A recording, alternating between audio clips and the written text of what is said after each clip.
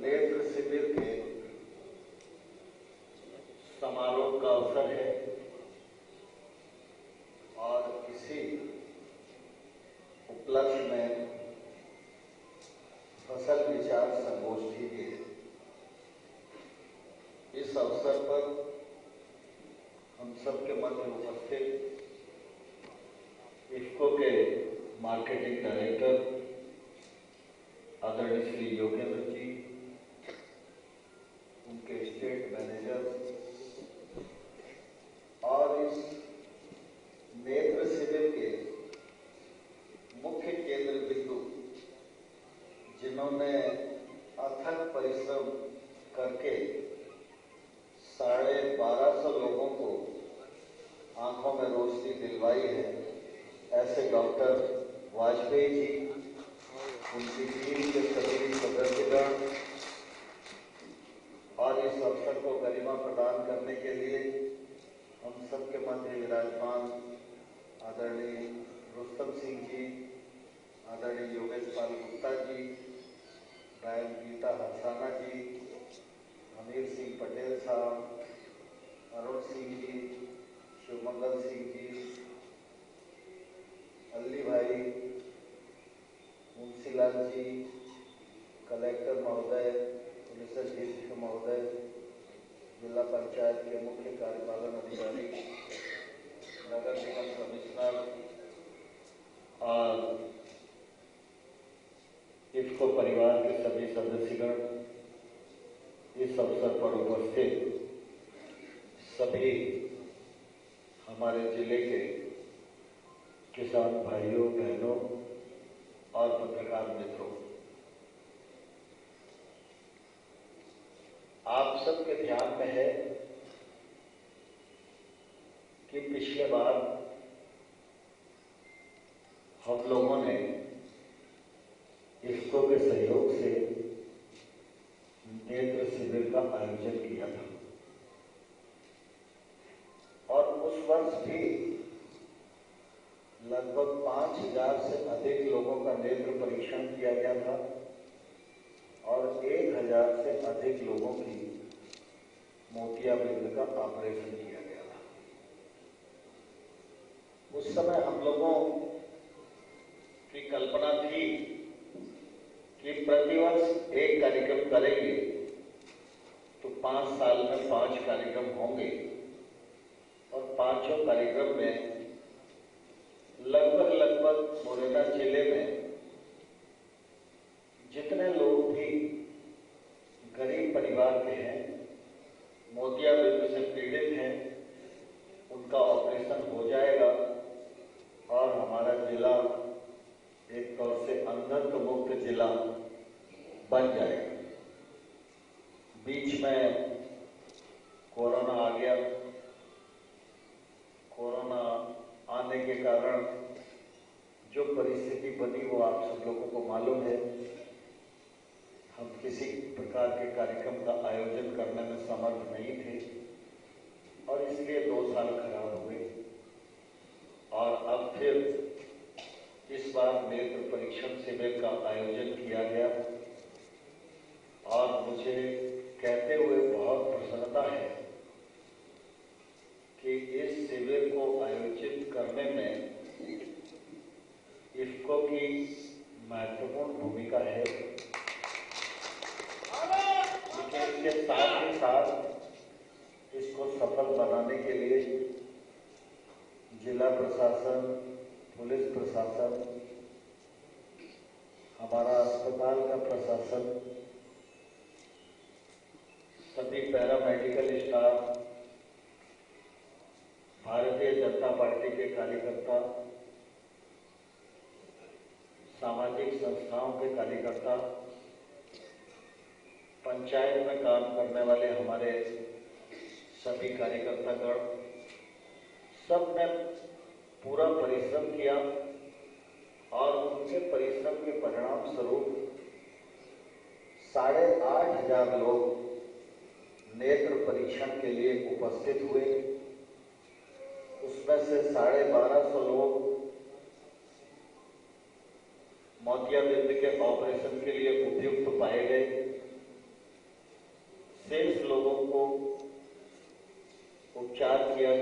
भरपाल लिखी गई और आज 1250 लोगों का ऑपरेशन पूरा हो गया है। अंतिम बैच भी आज अपने घर को प्रस्थान कर रहा है। मैं इस अवसर पर आयोजन से जुड़े सभी संगठनों को हृदय से बहुत धन्यवाद देना चाहता हूं, उनका आभार प्रकट करता हूं। जिन 1250 लोगों की आंख का ऑपरेशन हुआ है, मैं ईश्वर से प्रार्थना करता हूं कि जिस मनोयोग को लेकर वो ऑपरेशन कराने आए थे, उनका ऑपरेशन ईश्वर की कृपा से सफल होगा। वो अपनी आंखों से अब दुनिया को अंतिम अवस्था तक ठीक प्रकार से देख सकेंगे। उन सबको भी हृदय से बहुत बहुत बधाई देता हूँ। डॉक्टर वाजपेयी पिछले बार भी हम सब लोगों के बीच में थे और इस बार भी वो हम सबके बीच में हैं। डॉक्टर वाजपेयी और उनकी पूरी टीम का हृदय से मैं बहुत बहुत स्वागत करता हूँ, बहुत बहुत अभिनंदन करता हूँ। हम सब जानते हैं कि ईश्वर ने मनुष्य को बनाया है और ईश्वर ने हर मनुष्य को 2 आंखें प्रदान की। एक आंख प्रत्यक्ष में हम लोगों को दिखाई देती है, जिस आंख की रोशनी के माध्यम से हम समाज में और संसार में व्यवहार करते हैं और संसार को देखते हैं। दूसरी आंख इंसान के भीतर होती है। ईश्वर ने हर इंसान को वो ताकत दी है कि वो चाहे तो साधना करके अपने मन की आंख को भी खोल सकता है, और जब मन की आंख खुल जाती है तो मनुष्य संसार के पास नहीं, ईश्वर के नजदीक होता है। तो हमारे जीवन में दोनों आंखों का महत्व है, लेकिन जब सांसारिक आंख अगर बंद हो जाए तो निश्चित रूप से पहला सुख तो समाप्त हो ही जाता है। और इसलिए हर व्यक्ति की आंख में रोशनी रहे, यह एक सेवा प्रकल्प है। और इस सेवा प्रकल्प में डॉक्टर वाजपेयी जी चाहे तो अपने कानपुर में भी बहुत बड़ी प्रैक्टिस कर सकते हैं। वो 1250 ऑपरेशन अपने यहाँ करते तो बहुत रुपया भी कमा सकते थे, लेकिन वे सेवा के भाव से हमारे यहाँ 1250 लोगों को रोशनी प्रदान करने के लिए आए। तो मैं समझता हूँ उनका यह कृत्य निश्चित रूप से बहुत ही अभिनंदनीय है, बहुत ही स्वागत योग्य है। आज यहाँ पर विचार गोष्ठी भी हुई। मैं इस बीच में केवी के गया था। रुस्तम सिंह जी मुझे बता रहे थे कि यहाँ किसान थे, किसानों के सवाल थे, वैज्ञानिकों के जवाब थे। तो निश्चित रूप से फसल विचार गोष्ठी का फायदा आप सब लोगों ने लेने की कोशिश भी की, और जो साइंटिस्ट ने आपकी जिज्ञासा का समाधान किया उसका लाभ निश्चित रूप से खेती को होगा ही। हम मुरैना जिले के लोग हैं। हमारा जिला भी कृषि प्रधान है और हमारा देश भी कृषि प्रधान है। जब हम कृषि प्रधान कहते हैं तो आप ये मान के चलो कि कृषि ही हमारी सबसे बड़ी ताकत है। और जिस व्यक्ति के पास जो ताकत ज्यादा मात्रा में हो, उसी ताकत को बढ़ाने का प्रयत्न करना चाहिए, क्योंकि जो चीज कमजोर है उस पर काम करेंगे तो ताकतवर बनाने में बहुत समय लगेगा, लेकिन जो ताकत हमारे पास है उसमें थोड़ा सा कम इंजेक्शन भी देंगे तो ज्यादा परिणाम आएगा। दुर्भाग्य से आजादी के बाद कांग्रेस की सरकारों ने इन प्रधानताओं का ध्यान नहीं रखा और इस कारण खेती उपेक्षित होती गई, खेती घाटे में होती गई और लोग खेती की ओर से विमुख होना शुरू हुए। यह जो परिस्थिति है निश्चित रूप से आम आदमी को चिंतित करने वाली है। मैं कई बार यह सोचता हूं कि व्यक्ति खेती छोड़कर कोई दूसरा काम कर सकता है। जो जमीन उसके पास है उसे बेचकर वो पैसा भी कमा सकता है, लेकिन अगर खेती करने वाले लोग कम हो गए, कृषि का उत्पादन कम हो गया, तो जेब में पैसा तो होगा लेकिन खाने के लिए खरीदोगे कहां से? इसलिए खेती प्राथमिक है। जब देश आजाद हुआ था तो देश के जीडीपी में खेती का योगदान 50% था। धीरे धीरे बाकी क्षेत्र बढ़ते गए, उनमें रिफॉर्म होते गए, निजी निवेश बढ़ता गया, तो बाकी क्षेत्र आगे बढ़ गए, उनका जीडीपी में योगदान बढ़ता गया क्योंकि सरकारों ने उस पर ध्यान दिया, लोगों ने उस पर निवेश किया, लोगों ने रिस्क ली। तो आज कोई भी एक ट्रांसपोर्टर है, अगर आज 5 ट्रक चलाता है तो 5 साल बाद देखोगे तो वो 50 ट्रक का मालिक हो जाता है। लेकिन किसान की स्थिति ये होती है कि आज 100 बीघा पर खेती कर रहा है, 5 साल बाद हो सकता है वो 25 बीघा पर ही खेती करे। ऐसी परिस्थिति में हम लोग खड़े हो गए। इन सबको दृष्टिगत रखते हुए प्रधानमंत्री नरेंद्र मोदी जी ने जब से देश में काम संभाला है तब से लगातार उन्होंने इस बात की कोशिश की है कि गांव, गरीब और किसान उसका कैसे करे उत्थान, इस पर प्रयत्न करना प्रारंभ किया। इसलिए गांव में भी विकास शुरू हुआ, गरीब के जीवन स्तर में भी बदलाव आया। हम या राजनीतिक दल के लोग बहुत जोर से कहते हैं गैर बराबरी समाप्त होना चाहिए। कांग्रेस तो बहुत जोर से बोलती थी, श्रीमती गांधी थी, वो तो गरीबी को खत्म करने का संकल्प लिया उन्होंने, लेकिन न गरीबी खत्म हुई न गैर बराबरी खत्म हुई। लेकिन प्रधानमंत्री नरेंद्र मोदी जी ने गैर बराबरी को समाप्त करने की दिशा में एक सार्थक पहल की। गैर बराबरी क्या होती है? गैर बराबरी यही है कि मेरे पास रहने को मकान है, तुम्हारे पास मकान नहीं है। मेरे घर में शौचालय है, तुम्हारे घर में नहीं है। मेरे बच्चे बिजली की रोशनी में पढ़ते हैं, तुम्हारा बेटा बेटी मिट्टी के तेल के दिया में पढ़ते हैं। मेरे घर में गैस के सिलेंडर पर खाना बनता है, तुम्हारे घर की महिला चूल्हा फूंक फूंक के धुएं से परेशान है। यही गैर बराबरी है ना। आज प्रधानमंत्री मोदी जी ने 7 वर्ष में इस गैर बराबरी को समाप्त करके गरीब के जीवन में मौलिक बदलाव लाने की एक सफलता कोशिश।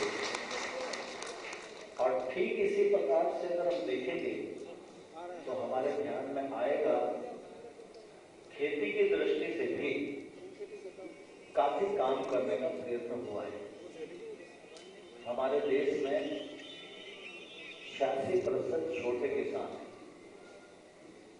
100 में से 86 किसान 10 बीघा से कम का है। सिर्फ 14% के किसान हैं जो बड़े किसान हैं या समृद्ध किसान हैं। हमारी जो नीतियां हैं, पॉलिसीज हैं, उनका फायदा भी लगभग एक 14% के इर्द गिर्द ही घूमता है। छोटा किसान है, उसका तो उत्पादन इतना हो ही नहीं पाता कि वो गांव से 80 किलोमीटर मंडी में आए और अपने माल को एमएसपी पर भी बेच पाए। तो ये छोटे किसान के जीवन स्तर में बदलाव नहीं आएगा, यह मुनाफे में नहीं जाएगा, तो निश्चित रूप से हम जितना आगे बढ़ना चाहते हैं नहीं बढ़ पाएंगे। दूसरा, देश में लगभग 55% लोग खेती पर निर्भर है। अब खेती अगर घाटे में होएगी और 55% आबादी जिनके पास भूमि है अथवा वो बटाई पर करते हैं, मजदूरी करते हैं, लेकिन खेती में ही करते हैं, ऐसे 55% लोग अगर खेती पर अवलंबित हैं और खेती घाटे में होती जाएगी तो एक दिन क्या हालत बनेगी। फिर प्रधानमंत्री जी ने कहा कि किसान की आमदनी दोगुनी होनी चाहिए 2022 तक, इसको मिशन मोड में लिया जाए।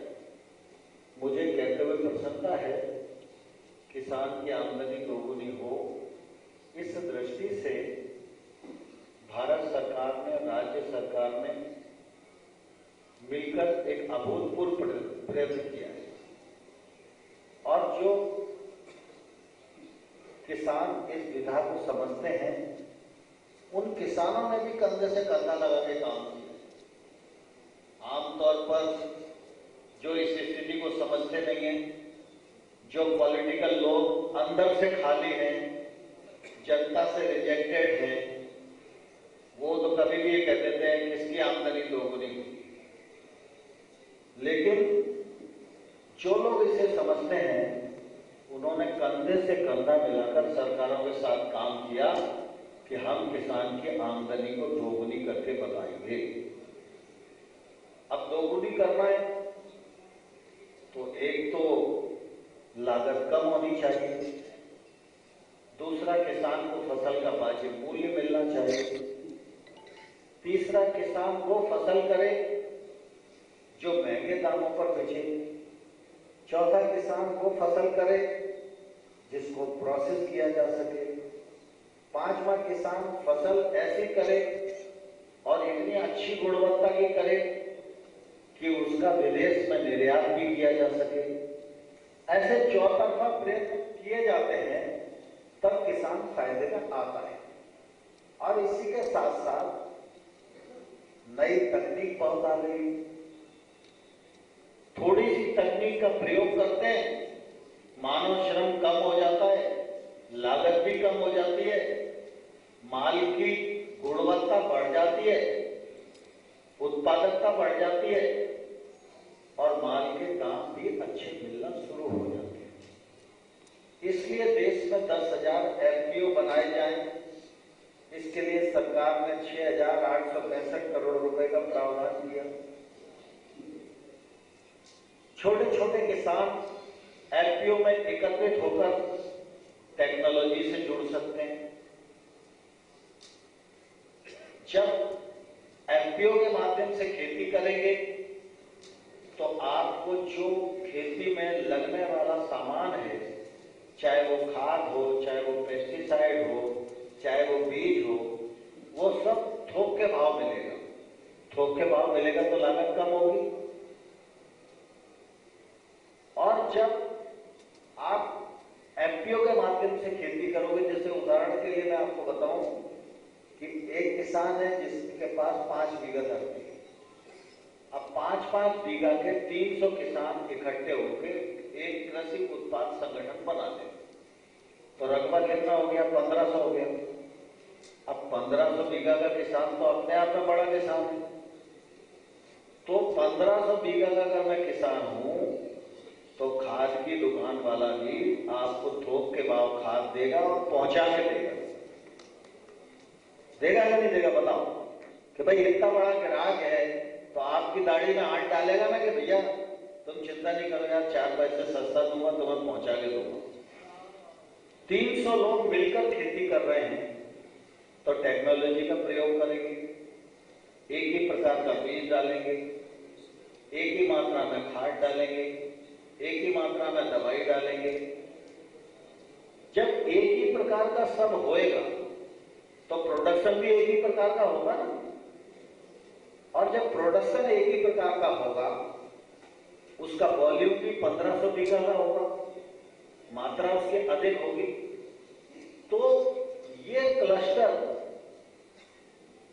किसी भी प्लेटफॉर्म पर जाकर या ईनाम प्रोजेक्ट के अंतर्गत अपने माल का सौदा अपनी क्वालिटी के आधार पर कर सकता है। अगर आप एक्सपोर्ट आइटम प्रोडक्शन कर रहे हैं तो आप एक्सपोर्टर को कह सकते हो कि हम 1500 बीघा किसान फलानी जगह पे हैं, आप आइए हमारे माल को देखिए और तौलिए ले जाइए और आप इसको विदेश में निर्यात कर दीजिए, तो आपको भाव ज्यादा मिलेगा। सिर्फ प्रधानमंत्री ने इतना कहा ही नहीं कि आमदनी बढ़ाइए। जब हम लोगों ने इस कार्यक्रम को बनाया था तब यह असेसमेंट हुआ था कि किसान की फसल से आमदनी कितनी है खेती से, तो औसत आया था 6-6.5 तो प्रधानमंत्री जी ने पीएम किसान सम्मान निधि योजना बनाई और उसकी आय में 6,000 रुपया साल जोड़ दी। पीएम किसान सम्मान निधि के माध्यम से 11.5 करोड़ किसानों को आज तक 1,82,000 करोड़ रुपया उसके खाते में दिया जा चुका है। आप सोचो, सरकार के खाते से निकलकर अगर 1,82,000 करोड़ रुपया मार्केट में आ रहा है तो उससे मार्केट चलेगा कि नहीं चलेगा? किसान को सुविधा होगी कि नहीं होगी? जहां कुछ बड़े लोग बैठे हैं, नेता लोग बैठे हैं, उन्हें तो 6,000 मतलब बहुत मामूली बात है, लेकिन जिसके पास 5 बीघा जमीन है उसको जब 2,000 की किस्त आती है तो निश्चित रूप से उसके मन को जितना सुकून मिलता है, शायद मैं समझता हूं उस सुकून का अनुभव हम लोग नहीं कर सकते। तो आज 1,82,000 करोड़ रुपया पहुंच गया। पूरे देश में कोई शिकायत नहीं है, बीच में कोई दलाल नहीं है, बीच में कोई बिचौलिया नहीं है। अगर यही कांग्रेस की सरकारें होती तो चप्पलें भिज जाती और 6 के 3 ही मिलते क्या नहीं बताओ? राजीव गांधी जी जब प्रधानमंत्री थे तो कहते थे हम 100 रुपए भेजते हैं और 15 ही पहुंचते हैं, लेकिन आज हम दावे के साथ कह सकते हैं कि हम 6,000 भेजते हैं तो पूरे 6,000 उसके खाते में जमा होते हैं, बीच में कोई। इंफ्रास्ट्रक्चर सुधारने के लिए 1,00,000 करोड़ रुपए का प्रावधान किया है। इसमें टैक्स, एफपीओ, एग्री स्टार्टअप और कृषि उपज मंडी। आपकी कृषि उपज मंडी मुरैना का जो उसका कमांड एरिया है उसमें मुरैना को छोड़कर अलग अलग स्थानों पर 25 कोल्ड स्टोरेज या वेयर हाउस बना सकते हैं, जो किसानों की सुविधा के लिए फसल के उपरांत उसको मदद करने के लिए हो सकते हैं। आज सामान्य तौर पर हम अच्छे से जानते हैं कि किसी भी गांव में अगर फसल होती है तो अपनी फसल को रखने के लिए कोई मुरैना तो आता नहीं है, अगर उसको 2 महीने रोकना है तो। लेकिन अगर बागचीनी में ही वेयर हाउस होगा तो आदमी सोचेगा कि चलो अभी पैसे भी हैं, खाने को भी अनाज है, अभी भाव ठीक नहीं है, 2 महीने रोक लेते हैं, 2 महीने बाद बेचेंगे। तो बागचीनी में भी वेयर हाउस खुले, दिल्ली में भी वेयर हाउस बने, रेठौरा में भी कोल्ड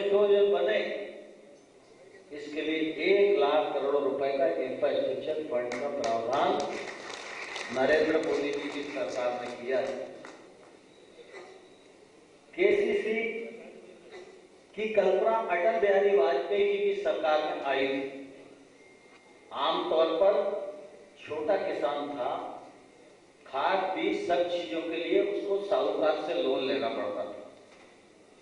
पुराने लोग यहाँ बैठे हैं, वो जानते हैं, जो खेती से जुड़े हैं, कि यही अल्पकालिक ऋण जो फसल के लिए किसान को लेना पड़ता था, ये चुका नहीं पाता था किसान, इसी में पूरी उसकी जमीन लोगों के पास चली जाती। वाजपेयी जी जब प्रधानमंत्री बने तो उन्होंने इस मार्ग को पहचाना और उस समय यह तय किया किसान क्रेडिट कार्ड बनेंगे और बैंक से 20-25 हजार रुपया उसे चाहिए तो किसान ले सकता है। तो उसके लिए साहूकार के लिए पास नहीं जाना पड़ेगा। कर्ज से अगर आत्महत्या करना पड़ती है तो इससे किसान को मुक्ति मिलेगी। हम लोग जब आए थे 2014 में, तो ये अल्पकालिक ऋण बैंक से 6-7 लाख करोड़ रुपया पूरे हिंदुस्तान के किसान को मिलता था।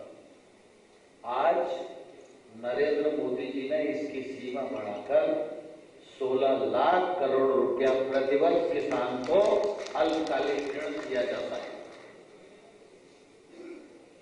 ऐसे बहुत सारे काम हैं जिन पर भारत सरकार काम कर रही है।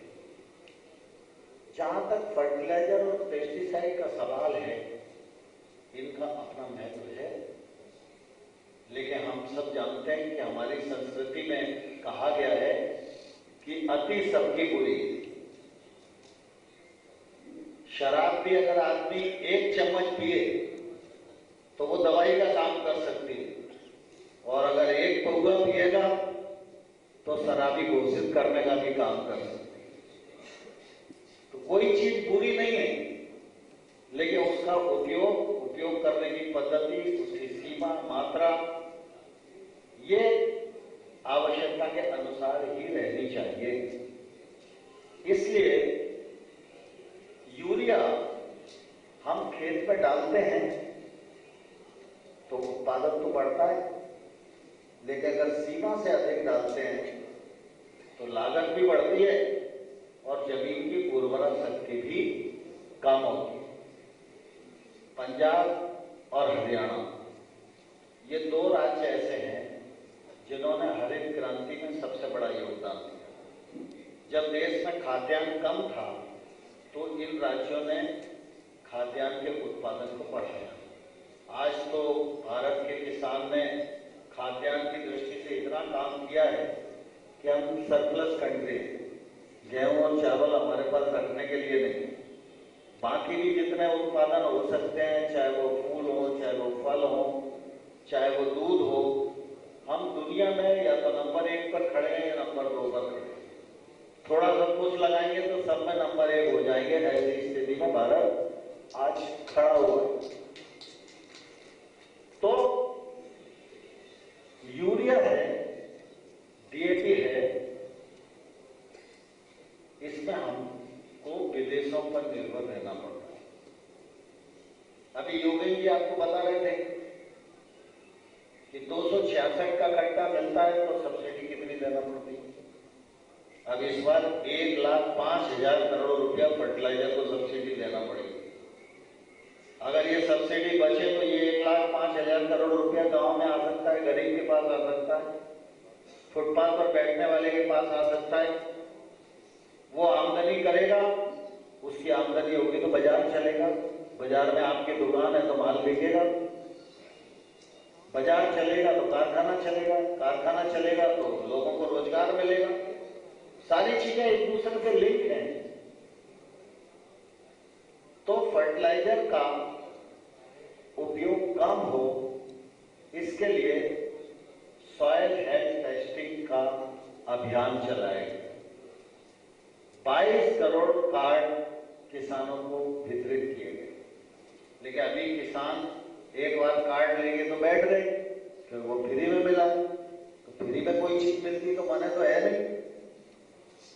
जरूरत पड़े तो आदमी जहर भी ले लेगा, फ्री में मिल रहा है, बाद में फिर देखेगा कि यार जहर है तो चलो भैया फेंक दो इसको। लेकिन फ्री वाली चीज को मने कोई नहीं करता। आपने कार्ड ले लिए, लेकिन जमीन की हेल्थ को बार बार टेस्ट कराने की जरूरत पड़ती है।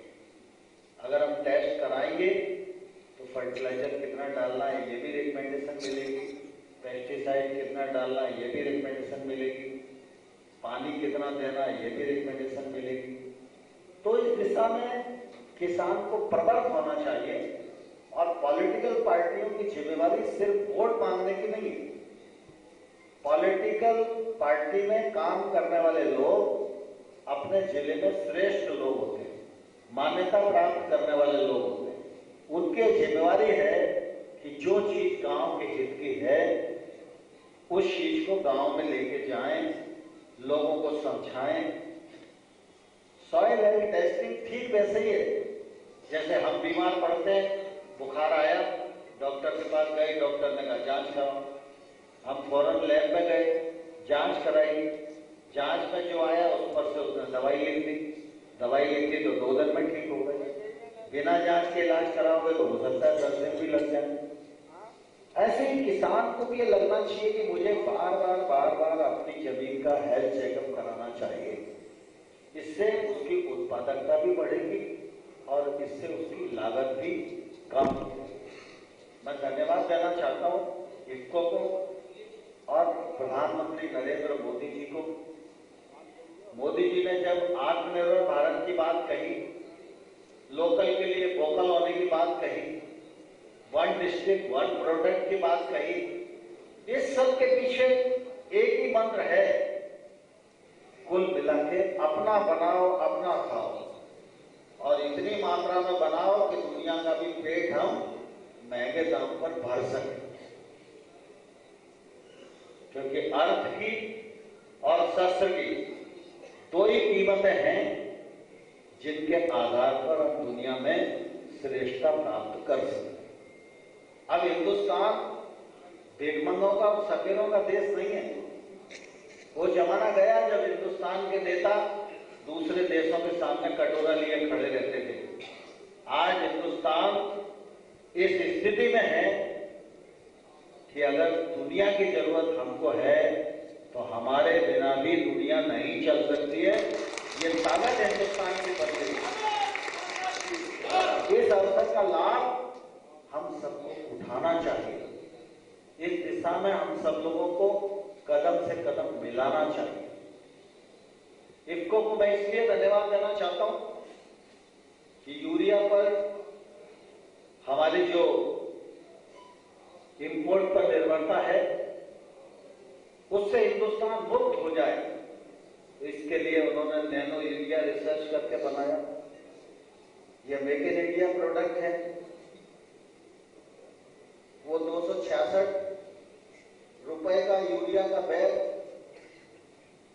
उस पर 3000 रुपए की सब्सिडी, तब आपको 266 का मिल रहा है। डीएपी का कट्टा आपको 1200 का मिल रहा है, 1650 रुपए की सब्सिडी है, तब आपको 1200 का मिल रहा है। ये 240-45 रुपए की बोतल 1 कट्टे के बराबर है। देश भर में शुरुआती दौर में इफ्को ने 11,000 स्थानों पर किसानों के यहां इसका परीक्षण कराया। तो मैं बधाई देना चाहता हूं, इन्होंने बनाना प्रारंभ कर दिया और अभी श्रीलंका को इन्होंने नैनो यूरिया एक्सपोर्ट भी किया। नैनो यूरिया से जमीन की उर्वरा शक्ति भी हम ठीक रख सकते हैं, पैसा भी हमको कम लगेगा, मेक इन इंडिया का भी हम यूज कर सकेंगे। पिछले दिनों जब डीएपी की प्रॉब्लम आ गई तो इफ्को ने हमारा नैनो डीएपी बने इस मामले में भी प्रयत्न प्रारंभ किया। मैं इस कार्यक्रम से पहले अभी जब कृषि विज्ञान केंद्र में गया था तो नैनो डीएपी का रिसर्च चल रहा है, उसका परीक्षण हो रहा है, प्रयोग हो रहा है, वैज्ञानिक लगे हुए हैं। अब डीएपी की आप देखो कि जॉर्डन वगैरह इन कंट्रियों से हम लेते हैं। ये कंट्रियां टूरिज्म पर निर्भर थी, कोरोना में टूरिज्म बंद हो गया तो उन्होंने खाद पे दाम बढ़ा दिए। हमने सब्सिडी बढ़ाई तो उनको लगा हिंदुस्तान की तो मजबूरी है, उन्होंने और बढ़ा दी। तब 1650 रुपया एक गड्ढे में सब्सिडी देना, वो भी आपका पैसा है। अगर वो बचेगा तो आपके ही काम आने वाला है, कोई मोदी जी के घर में थोड़ी जाने वाला है। सरकार के खजाने में जो पैसा है वो इस देश के गरीब, अमीर, नौजवान, महिला, दलित, आदिवासी सबके काम आने वाला है। अगर वहां नहीं लगेगा तो यहां काम आएगा। तो ये जो हमारे स्वदेशी प्रोडक्ट हैं ये हमारे लिए ज्यादा लाभप्रद हैं। यह खेती के लिए भी ज्यादा लाभप्रद है, देश के लिए भी ज्यादा लाभप्रद है। इसलिए इनको अपनाने की दृष्टि से हमें आगे बढ़ना चाहिए। आमतौर पर कभी भी किसानों से बात करो तो एक ही बात सामने आती है आजकल कि भैया बाकी तो सब चीजें ठीक हैं, ये गैयों की कुछ व्यवस्था कराओ, चौबे खेती खराब कर रहे हैं। लेकिन मैं इस मामले में थोड़ा दूसरी मानसिकता का आदमी। जो लोग मुझे ये कहते हैं मैं उनसे पूछता हूं ये चौबे हैं किसके? भगवान ने तो ऊपर से टपकाए नहीं। गाय मेरी होगी या तुम्हारी होगी, बस अंतर इतना ही है कि मैंने दूध धो के और तुम्हारे खेत में बिगाड़ करने के लिए भेज दी। तो ये जिम्मेवारी सरकार की है क्या? हम कोई जिम्मेवारी नहीं लेंगे।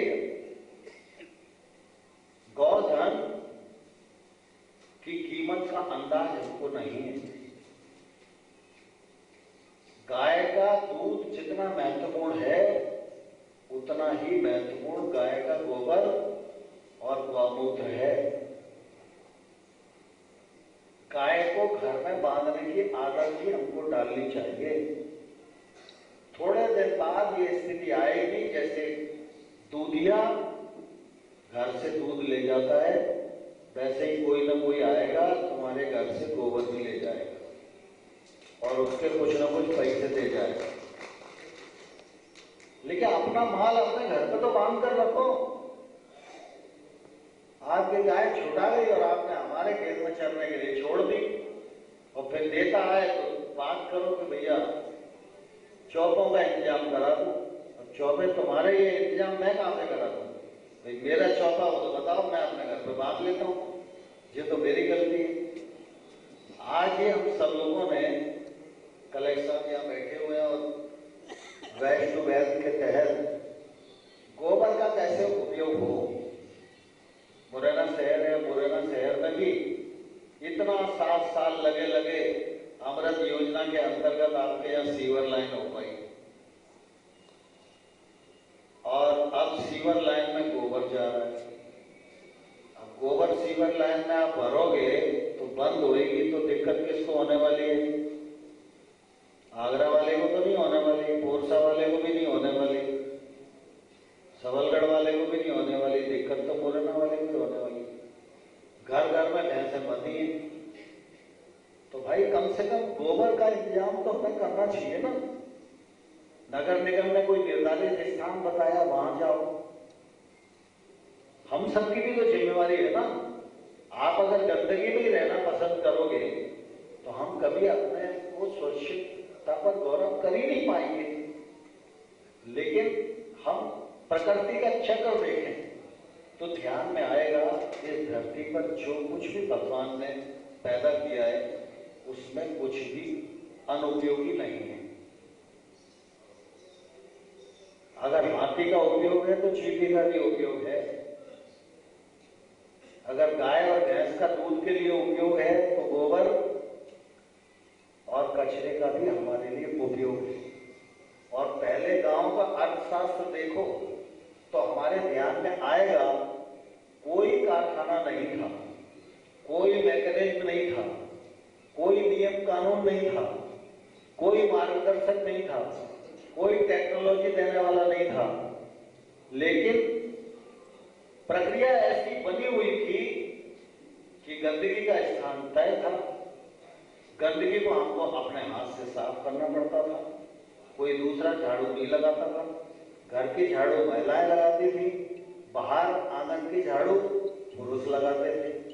गोबर जहाँ जाना है वहां जाता था, साल भर डला रहता था, अपने आज फर्टिलाइजर बन जाता था।